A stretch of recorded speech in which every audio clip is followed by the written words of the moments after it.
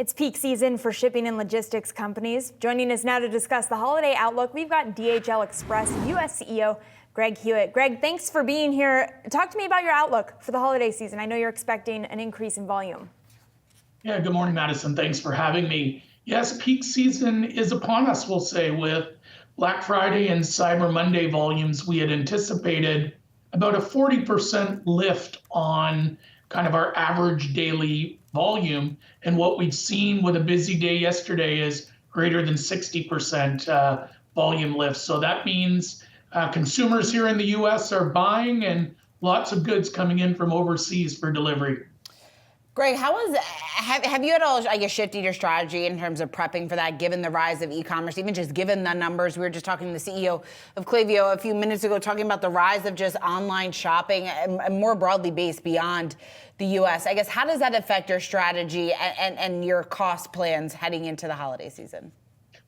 Well, I think we've become very accustomed to an increase every peak in that 40% range. So this is actually, I'll call it normal for us. What do we need to do? That means we need to make sure we have enough agents on the phone to help with customer service. We need to make sure we've got enough lift in terms of aviation capacity to move things overseas in and out.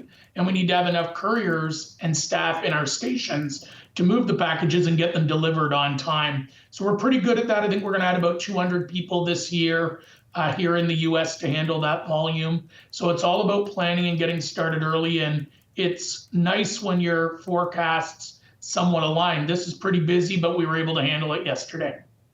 And to clarify Shauna's question, are you implementing those surcharges you guys have teased out this season? We did implement in September a demand surcharge, which applies for capacity and lift in terms of aviation coming in and out, primarily on the US-Asia lane, but also on the Europe-Asia lane. These are areas where the costs to add, charter flights for short periods of time are quite expensive. And so we look to our customers to help compensate and pay appropriately for that additional lift. If they don't use it or don't need it, we don't add it and the surcharge can change. But as we've seen by the volume, like we expected, it has come and we needed that extra lift. And that's what helps us make sure it's cost effective. Greg, are you able to meet that demand? Yes, we've had no issues. For me, the biggest lever that I can pull is weekend work. So as the volume goes up and aligns with our strategy, my team is ready. Our couriers are prepared to work on weekends and overtime if necessary, along with the extra staff we brought on. We'll make sure every package is delivered before Christmas and then also before the busy Chinese New Year. Greg, I can't let you go without talking about Trump's tariff policies. I know that you are a beneficiary of globalization, shipping between nations, but if true protectionist policy is put in place in the U.S., how much of a headwind could that be for you? Well, I think there's two things to that. One is we need to make sure we staff accordingly in our clearance area and work closely with Customs Border Protection to make sure we can remain compliant and apply duties, taxes, and tariffs appropriately to keep commerce moving. The question of what it will do to demand, I think last time when the tariffs came in, everybody expected a real shutdown on the China lane. And the reality is China is incredibly important to not just the US economy, but the global economy. And although companies found ways to do omni-shoring where they were looking at other markets to produce goods, things like nearshoring in Mexico, for example, here in the US, we would expect a little bit more of that.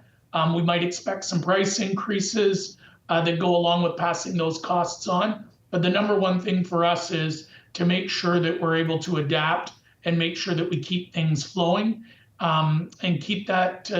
Consumers' demands for products are global in nature. So they'll find a market where they can be produced and we'll be there to move them inbound to the US compliantly. Greg, what about just your rivals and competitors within the space? Obviously, a lot of people think about UPS, FedEx, more focused on Amazon, just how big of a disruptor they are going to be, obviously ways to partner as well going forward. How are you thinking about just the increase in competition and maybe how that's shaping your strategy at DHL? Well, I think we've always faced stiff competition, particularly here in the US, which is kind of the home base for for Fed and for UPS. I think we're three big, very strong companies that have different markets and different areas where we show strength. We're very proud of being the leader in time-definite international transits around the world, and that's what we focus on. While maybe our competitors are a little bit more focused on the domestic market here in the US. As for Amazon, they've come in and they've definitely done some, I guess, become a logistics player within a market like the United States. They're an important customer of ours. So for us, we like to work closely with them, make sure that their strategy is linked to their global strategy, and we help them on the global side while they build out their domestic structure. All right, Greg, great to have you. Greg Hewitt of DHL Express. Thanks so much for taking the time to join us. Thank you both.